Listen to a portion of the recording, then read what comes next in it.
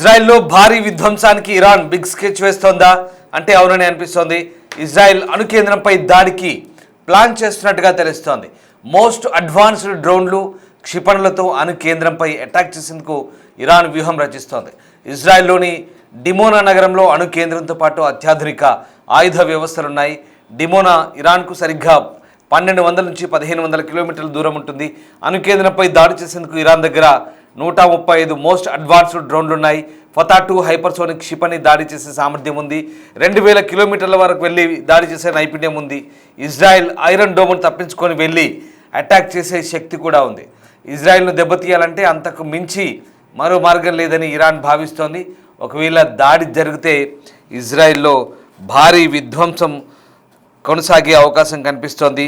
ఒక్క బాంబు ఇజ్రాయెల్ను పూర్తిగా విధ్వంసానికి గురి చేసే అవకాశం కూడా కనిపిస్తోంది. అయితే ఇజ్రాయెల్ ఇరాన్ దాడులు చేస్తే అప్పటిదాకా చూస్తూ ఊరుకుంటుందా? ఇప్పటికే ఇరాన్ను పీల్చి పిప్పి చేస్తున్న ఇజ్రాయెల్ అమెరికా సేనలు ఇరాన్ తమపై దాడి చేసేదాకా వేచి చూస్తాయా? అందుకు సంబంధించి ఇరాన్ దాడులను ఇజ్రాయెల్ అలాగే అమెరికా దళాలు పసిగట్టలేకపోతాయా అనేది ఇప్పుడు ఆలోచించుకోవాల్సిన అంశం. ప్రధానంగా ఇజ్రాయెల్ ఒక్క అణు రియాక్టర్ కోసం గతంలో అమెరికానే మోసం చేసిందని, దాని అణు కార్యక్రమానికి గుండెకాయ వంటిది అగ్రరాజ్యం కన్నుగప్పి ఫ్రాన్స్ సహాయంతో నిర్మించిన ఈ అణు కేంద్రం ఇప్పుడు ఇరాన్ గురిలోకి వచ్చినట్టుగా చెప్తున్నారు. ప్రధానంగా ఇజ్రాయెల్ ఏర్పడిన తర్వాత పొరుగు దేశాలు వరుసగా దానితో యుద్ధాలకు దిగాయి. అమెరికా సహాయంతో వాటిని ఓడించినా ఎప్పటికైనా తన ఉనికిని ముప్పు తప్పదని గ్రహించినట్టుగా తెలుస్తుంది. దీంతో అప్పటి ప్రధాని డేవిడ్ బెన్ గురియన్ తమ దేశాన్ని అణుశక్తిగా మార్చాలని నిర్ణయానికి వచ్చారు. దేశంలోని నెగెవ్ ఎడారిలో యురేనియం నిల్వల కోసం గాలించినా ఎక్కడ దొరకలేదు. 1950లో ఇజ్రాయెల్ ఆటమిక్ కమిషన్ ఏర్పాటు చేశారు. 56లో సూయిజ్ కాలువ సంక్షోభం తర్వాత అమెరికాపై అసంతృప్తితో ఇజ్రాయెల్, ఫ్రాన్స్ దేశాలు దగ్గరయ్యాయి. దీంతో రహస్యంగా భారజల రియాక్టర్ నిర్మించేందుకు ప్యారిస్ అంగీకరించింది. స్వదేశంలో మాత్రం ఈ విషయం ఎవరికీ తెలియకుండా ఉంచింది. కానీ ఫ్రాన్స్లో ప్రభుత్వం మారి చార్లెస్ డిగాల్ అధికారంలోకి వచ్చి ఈ డీల్ గురించి తెలుసుకొని కంగారు పడ్డారు. అప్పటికే రియాక్టర్కు సంబంధించినటువంటి కీలక టెక్నాలజీ ఇజ్రాయెల్కు చేరింది. ఇక డీల్ను రద్దు చేస్తే ఫ్రాన్స్ కంపెనీలు దివాలా తీసే ప్రమాదం ఉండడంతో ఊరుకున్నట్టుగా సమాచారం. సో మొత్తం మీద ఎట్టకేలకు నెగెవ్ ఎడారిలో డిమోనా అనే ప్రదేశంలో భారీ రియాక్టర్ను ఇజ్రాయెల్ నిర్మించింది. యూరప్ దేశాల టెక్నాలజీ బ్లూ ప్రింట్స్ నిపుణుల సహాయంతో దీన్ని రూపొందించడం తెలుస్తుంది. ఇందులోని భూగర్భ బంకర్లో అణుబాంబులకు వాడే ప్లూటోనియం ఉత్పత్తి చేసే అవకాశం ఉంది. ఈ విషయం అతి కొద్ది మందికి మాత్రమే తెలుసు. దీంతో ఇది అణు విద్యుత్ ఉత్పత్తి కోసం కాదన్నది స్పష్టంగా తెలుస్తుంది. ఈ వార్తకు సంబంధించి కొన్ని తెలుగు పత్రికలు దీనికి సంబంధించినటువంటి అంశాలను ఉటంకిస్తున్నాయి. ఇక ఆ తర్వాత అమెరికా నిఘా విమానాలు ఈ భారీ కాంక్రీట్ డోమ్ ఉన్న భవనం ఫోటోలు తీసింది. తొలుత ఇది ఒక టెక్స్టైల్ ఫ్యాక్టరీ అని ఇజ్రాయెల్ నమ్మబలికింది. అమెరికా నిఘా సంస్థ సిఐఏ వీటిని విశ్లేషించి ఈ భారీ నిర్మాణాన్ని అణు రియాక్టర్గా తేల్చింది.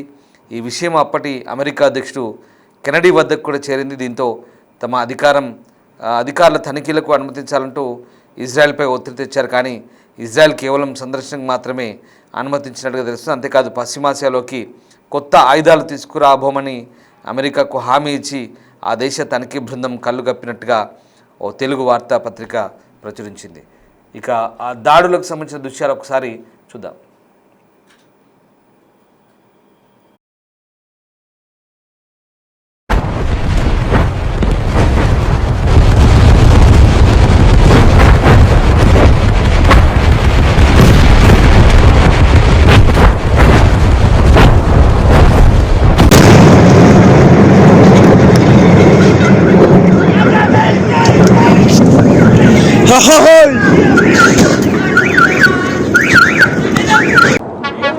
لازم نفعل على المركزات. يا اخي يا ابني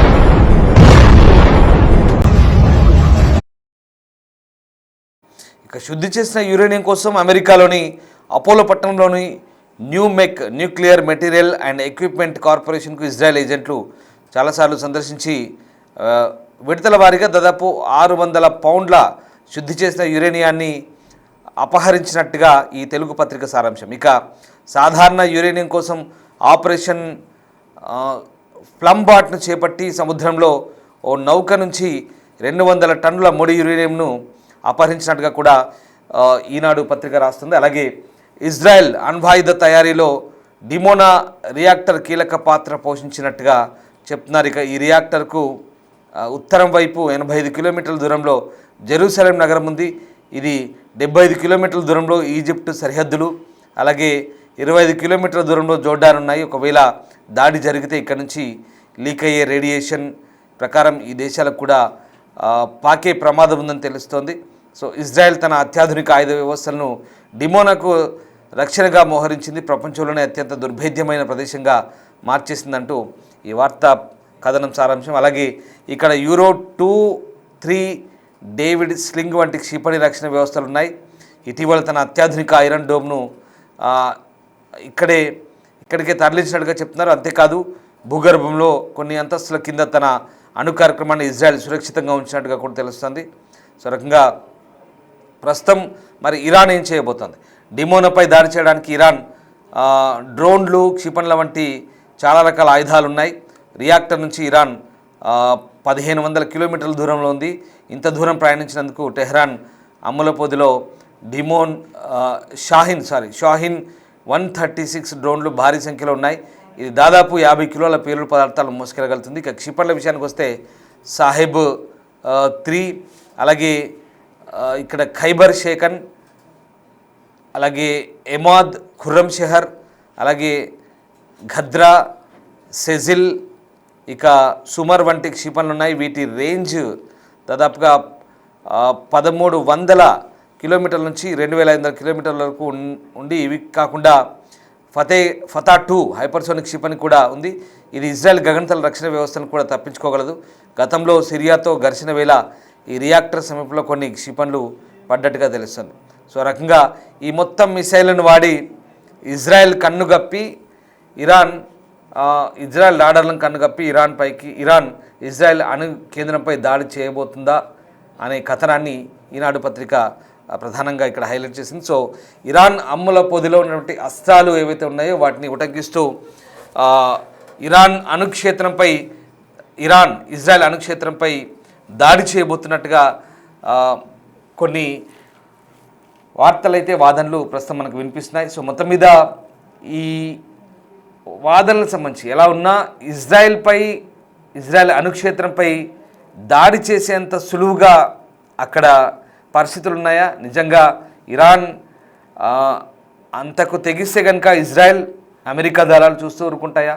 అసలు ఇన్ని రకాల అస్త్రాలు ఇజ్రాయెల్పై ప్రయోగించే వరకు కూడా ఇజ్రాయెల్ డిఫెన్స్ వ్యవస్థలు కానీ ఇజ్రాయెల్ దగ్గర ఉన్నటువంటి రక్షణ వ్యవస్థలు అడ్డుగోడలుగా నిలవయా ఏంటి అనేది ప్రస్తుతం సందేహాస్పదంగా మనకు అనిపిస్తున్నప్పటికీ కూడా అవన్నీ కూడా ఊహాజనితంగానే మనం ఆలోచించుకోవాలి. ఇరాన్ నిజంగా ఇజ్రాయెల్ అణుక్షేత్రంపై దాడి చేస్తే కనుక ఖచ్చితంగా పరిస్థితి విధ్వంసకరంగానే ఉండొచ్చు, కానీ అదంతా జరిగే పనేనా అనేది ప్రస్తుతం విశ్లేషకుల నుంచి వస్తున్నటువంటి మరో వాదన.